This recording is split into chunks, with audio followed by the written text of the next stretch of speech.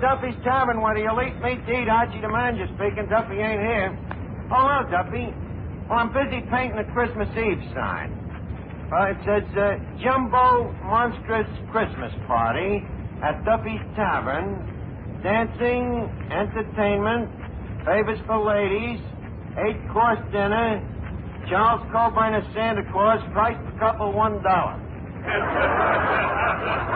Huh? Well, I know the price is silly, but it's Christmas Eve, so let's clip him a little bit.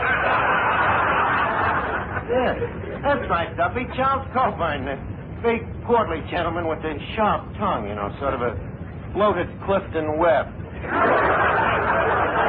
Yeah, very distinguished and aristocratic looking, and guess what he wears? Well, what does a gentleman look through with only one eye? No, not a keyhole. Coburn wears a monocle, It's just like them Englishmen, only instead of a lip that helps him keep a stiff upper eye. Why did I ask him to come down?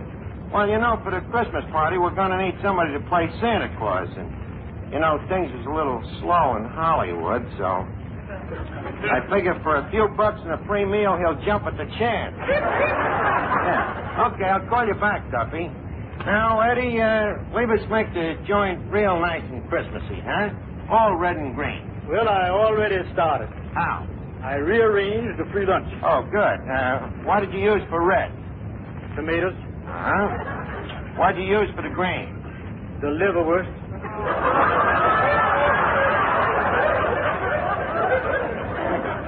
That's such a deep green. How come you didn't use the lettuce? Well, that's purple. I'm saving that for Easter. Well, when you get finished, I think I have another cute little Yuletide touch, Eddie. You know them reminders we send to our delinquent accounts, the ones where we say, pay off in 10 days, you swindling skunk, or we'll throw you in the clink? Yeah. Get this. With each letter, I'm enclosing a sprig of holly. Now, let's see. Oh, yeah. Oh, Eddie, hand me a cake of soap, huh? Soap? Yeah, soap. You got a new girl? No. Well, then what do you want with soap? Well, I want to write a poem on the mirror. Me annual Christmas poem. Oh, you got a new one. Yep, and this one's terrific, Eddie. In the past, I have always used iambic pentameter. But this year, I felt more in a trochee mood. And it came out much better. What's a trochee? You use more colons. Would you like to hear the poem, Eddie? Have I got any choice? No. Yes. Okay, listen. Merry Christmas to yous all. Be of bright cheer and joyous. Leave us Yule a log on the fire, and leave not naught annoy us. Come lift your beakers and quaff us a skull. Chris Kringle's abroad in the snow. I quaff, lads, and laugh, lads. Ha ha, hee hee, ho ho.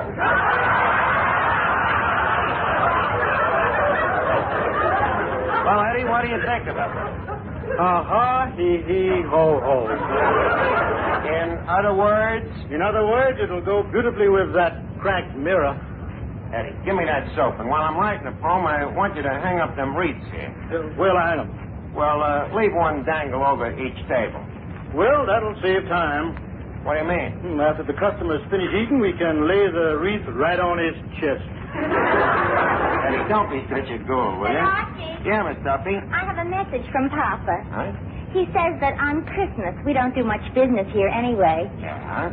So you and Eddie can take Christmas Day off. Gee, that's nice. And he says that on account of it's Christmas, Yeah? he'll only dock you for half a day. Miss Duffy, is it true that your father is learning to walk on his hands so he can save the cost of shoe leather? What a cheap crumb. Archie, you just don't understand, Papa. He really has a very lovable character. It's just that he's so nasty, nobody notices it. Huh? And what are you getting this lovable character for Christmas? Oh, I don't know. I was thinking of getting something that Papa and Mama could both use. Something practical. How about a set of boxing gloves? Don't be ridiculous. Mama and Papa happen to be very much in love. How do you figure that? They've got to be in love. How else could they stand each other? By the way, Archie, where do you think is the best place for me to hang these mistletoes? Mistletoes? How many you got there? Let's see. 1, 2, 3, 4, 5. Duffy, why are you hanging 7 mistletoes? Out of respect to our guest tonight. Charlie Coburn? Yeah. I figure he isn't as young as he used to be. So wherever I'm standing, he won't have to run too far to get to me.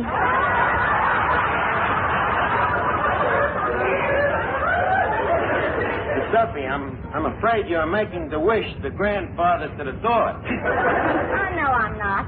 The last time he was down here, I noticed a very warm look in his eye. Are you kidding? He ain't had a warm look in his eye for 40 years. Last time he did have one, it steamed up his monocle so he couldn't see what he was getting hot about anyway.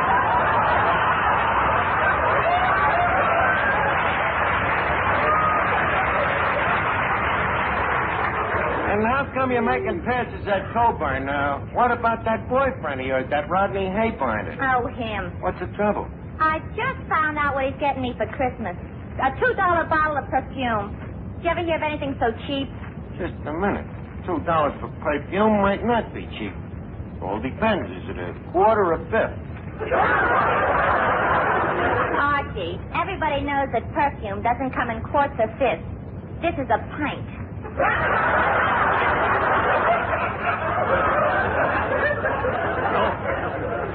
$2 a pint, it ought to be at least 80 proof. What did you expect?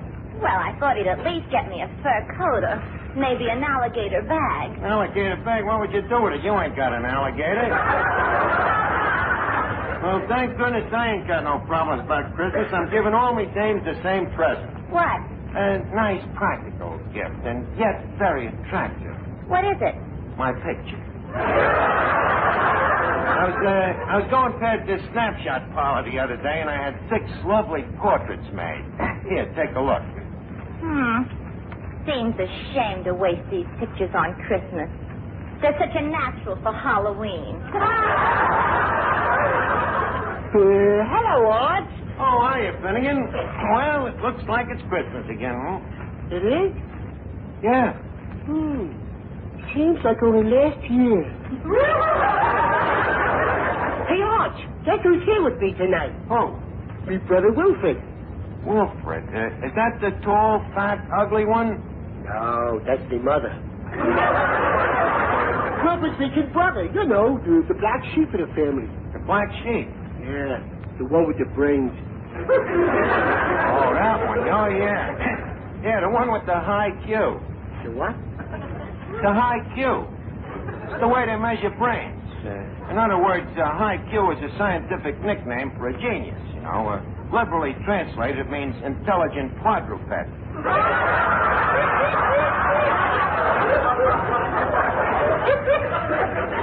Yeah, huh? What a bum break. You know, the rest of our family are just average, normal people like me. And poor Wilfred has to be a genius. Well, you got to take the bitter with the sweet, Finnegan. When did you first find out about it? Well, the first time we realized he was abnormal was when we seen him reading the newspaper without moving his lips.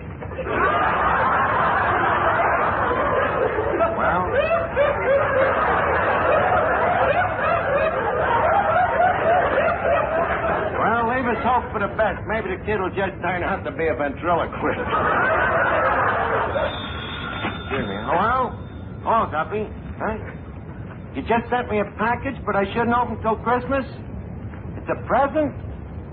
Wait a minute. Are you sure this is Duffy? Well, Duffy, I'm positively whelmed over. Thanks a lot. By the way, I'm putting my present in the mail for you today, too.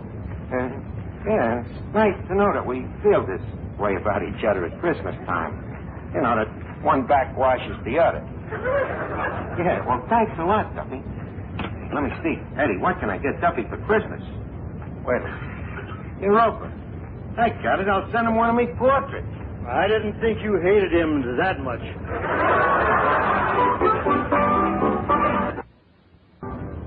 Now, let's see. I think I'll autograph me portrait by saying something nice to Duffy. Let's see.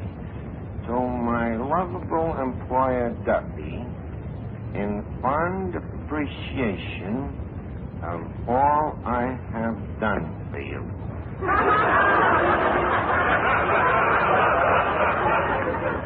Signed, Archie. Wonder what he's giving me, Eddie. What do you guess?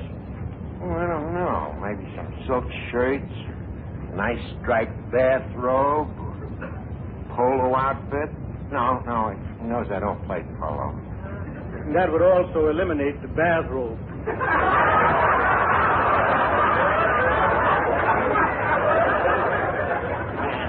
Eddie, one does not play polo in a bathrobe. Hey, Art. Yeah, Finnegan. Here's me brother Wilfred. You remember him? Oh, yeah. Well, how are you, little Wilfred? My, you certainly have been growing. Doesn't that strike you as an entirely normal procedure? Well, that's how it goes. Tell me, how's things in school, Wilfred? Are your teachers learning you much stuff? Archie, they're not learning me. They're teaching me. Well, that's what they're after. Well, you're certainly looking fine, Wilfred. Very manly. Are you eating good? Yes, I receive sufficient nourishment, thank you. That's right. Well, you got to eat good if you want to grow up to be a strong man like your Uncle Archie. You know how I got this physique of mine? Malnutrition?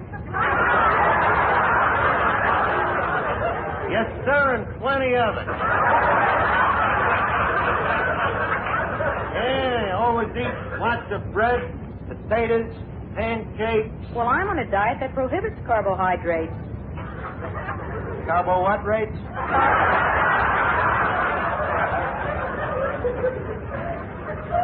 Carbohydrates. Oh, them. Yeah, tell me, what's them things again? Starches, of course. Oh, yeah, it was right on the tip of my tongue. Yeah. What about them? My position doesn't permit me to have starches. Well, that's right, Wilfred. Starches ain't good for you. They make your stomach stiff. Tell you what, why don't you go over and nibble yourself some of the free lunch, huh? The free lunch? Yeah. Very well. Morituri te salutamus. What does that mean? We who are about to die salute you. A wisecracking dead languages, yet. Finnegan. Yeah, Art. Finnegan, get this Greek Milton Boyle away from me before I knock his blocks off. Moratorium salami Thomas. Well, Mr. Archie, Huh? ain't that Charles Coburn coming in? Oh, yeah, that's Charlie. And look at him, Eddie. What a perfect Santa Claus he'll make, huh? That ruddy complexion, that roly-poly figure, that plump bay winner. The perfect Santa Claus, except for one thing. What?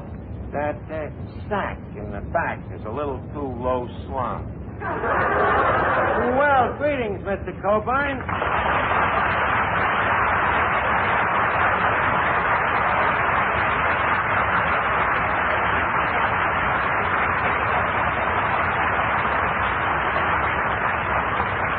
Coburn, it's a distinct privilege to humble your gracious presence to the inner confines of this immortal sanctum and... Shut up.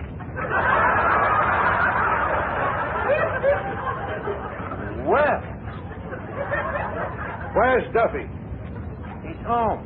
He's smart. This guy's gonna make a lovable Santa Claus. Mr. Coburn, you're acting kind of strange. Ain't you glad to be here at the tavern? Well, yes, I am. Thank you. At my age, I'm glad to be anywhere.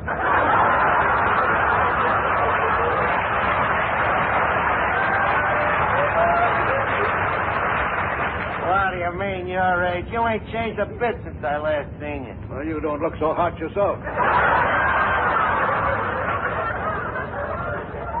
Laugh a minute, Charlie, they come.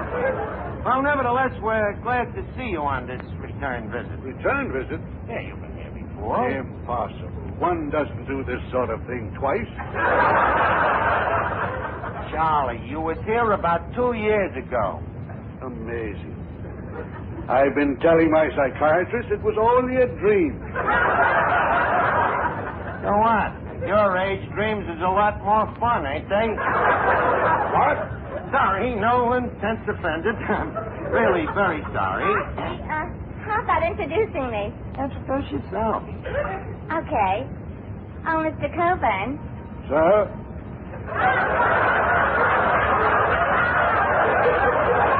I am Miss Duffy. You have my deepest sympathy. Likewise, I'm sure. You know something? What? You're handsome. You know something? What? You're nearsighted. Mr. Coburn, do you think you could be happy with a girl like me on your lap? Are you kidding? The guy'd be happy if he just had a lap. Archie, you stay out of this. Oh, Mr. Coburn, What is it? look where I'm standing. Right under the mistletoe. So what?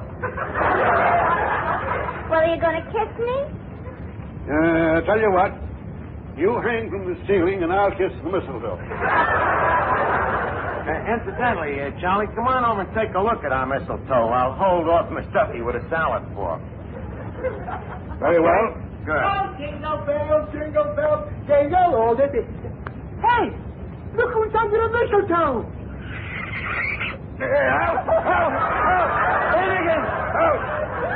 Finnegan, you just kissed Charlie Coburn, and without an introduction. Sorry, Arch, I guess I've gone Hollywood.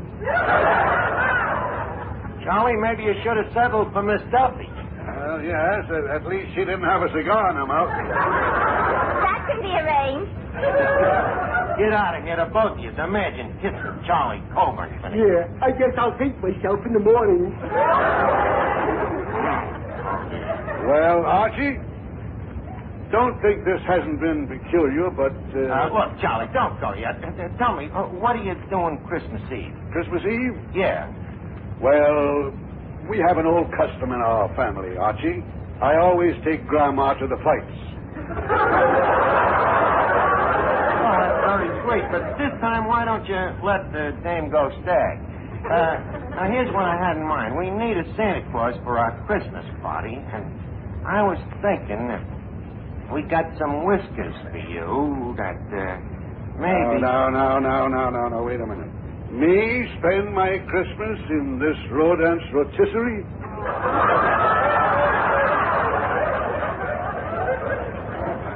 Rodents, but this... you won't do it, huh? Absolutely not. You won't, huh?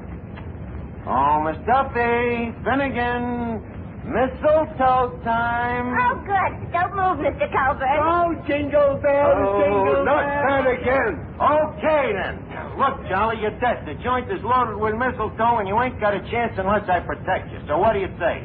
Will you or will you not be Santa Claus? Ho, ho, ho. On, dancer, on, prancer, on, dunder, and...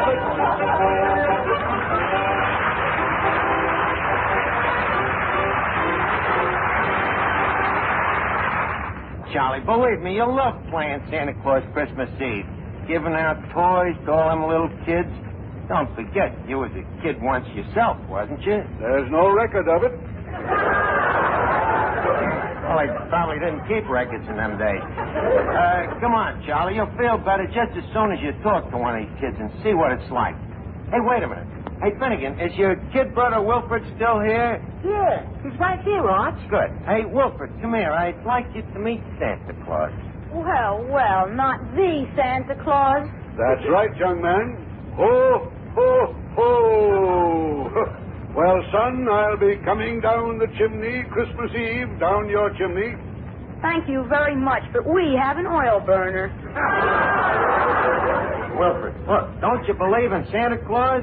Santa Claus is an ancient superstition and a throwback to pagan mythology. Does that mean he does or he don't believe it? Enough of this nonsense. Mr. Claus, Yes? I understand you live up the North Pole. Do I? Oh, I mean, well, yes, of course I do. I also understand that the average temperature of the North Pole is estimated at 70 to 90 degrees below 0 Fahrenheit. Well, it does get a bit nippy. But then again, a fellow can always grab off a snort of... Santa Claus. Wilfred, Santa only drinks soft drinks, of course. Yes, although on occasion I will take a jigger of snow with an olive in it.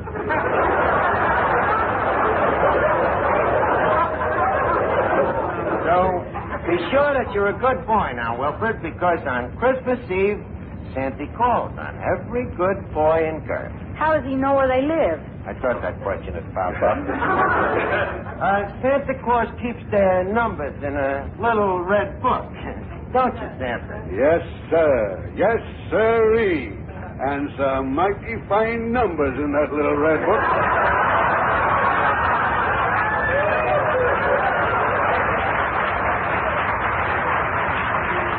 There's some mighty fine numbers. Yes, sirree. Oh, this is ridiculous. Preposterous. Wilfred, you mean you don't believe in Santa Claus? Archie, please. It's an amusing legend, but this road company, Edwin Gwen, plays him so badly. No, you little grumpy, you. Oh, please, Santa Claus, please go to the little boy's throat.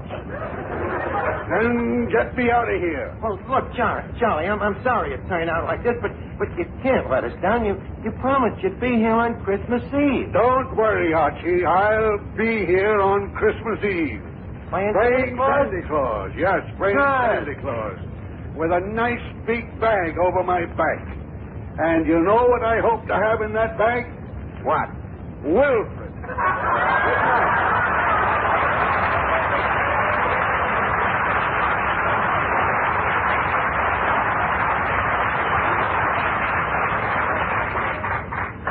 See what you did? Now look, you lousy little genius. Now, Archie, please. You don't actually expect an educated man of 10 to believe in Santa Claus. Don't I? Look, Wilfred, maybe there ain't no real Santa Claus with no red coat and reindeers and something jumping down chimneys. Okay, but there is something that a kid like you should get wise to. Something that kind of makes people do wonderful things for each other at Christmas time. And I like to call it Santa Claus. It's something inside of all of us, kid, that if we're right guys, will turn each one of us into a Santa Claus. With every guy loving his fellow guy and working with him to bring good in the world and maybe peace. And, kid, don't tell me there ain't no that kind of a Santa Claus. That's telling them, Mr. Archie, and say, Huh? this package just came for you. Let me look. Hey, Wilfred, come here. Look at this. It's me present from Duffy. Now, Wilfred, here's what I was talking about. This package says, don't open until Christmas. But I want to teach you a lesson, so I'm going to open it. Now, you see, here's a guy named Duffy. He's mean, and he's stingy, and he's cheap. And yet, at Christmas time, he changes. And he gives me this picture of himself. Autographed to my dear employee, Archie. Where was it? Oh, so you see, Wilfred, maybe there ain't no real Santa Claus with no red coat jumping down chimneys. But I